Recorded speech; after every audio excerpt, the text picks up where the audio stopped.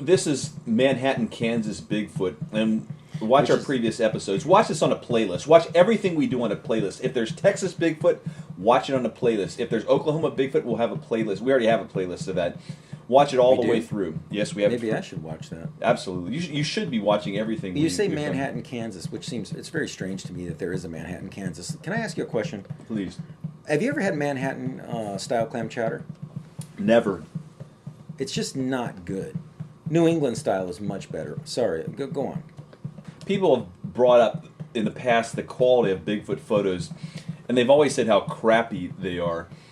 And that's, yeah, I mean, that's legitimate, because they have been nothing but garbage. And they're saying, well, also they're saying, how come there's not more of them? If there's 10,000 Bigfoot or however many there are, how come we're not seeing more photos? Because everybody has a camera, right? And I can tell you why in the past. Yeah, exactly. Everybody has a cell phone, which is a video camera, and a regular and a still camera, right? So I want to tell you why you haven't seen them in so much in the past. It's because of most people dismiss Bigfoot, so they say it doesn't exist, therefore I'm not going to look. The people that do realize that there's a Bigfoot tend to be fringe people. Not all of them, but a lot of people that believe in the real animal Bigfoot are considered eccentric. Even though they're right about it, they're considered eccentric.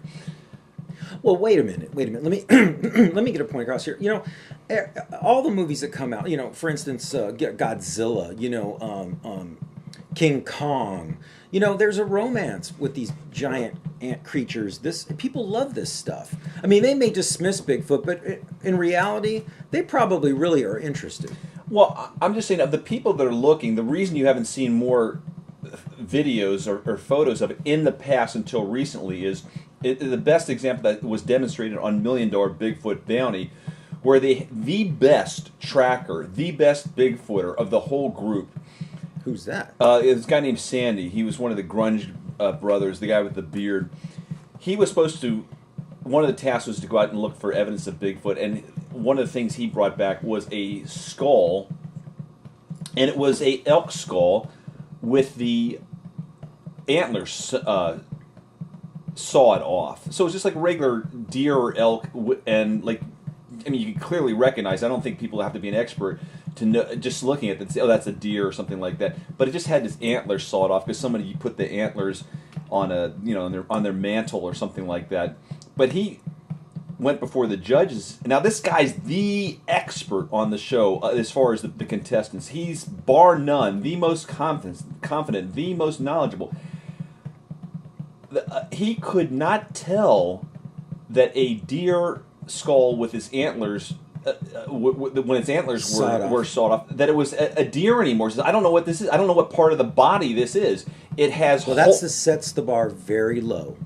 That's what I'm saying. Now the skull had eye sockets. It had an area where the nose. It had teeth. He didn't know what part of the body it was. He's one of the top people looking for Bigfoot photos. That's downright shocking. So what does that tell you? And then when we get photos of Bigfoot, people say, oh, you can't, because over the past 40 years, very few people have gotten them. Well, let me tell you, most people aren't looking for them, number one. And nobody would even know what they saw if they did see it. And number two, look at the level of people looking for them. Enough said, right?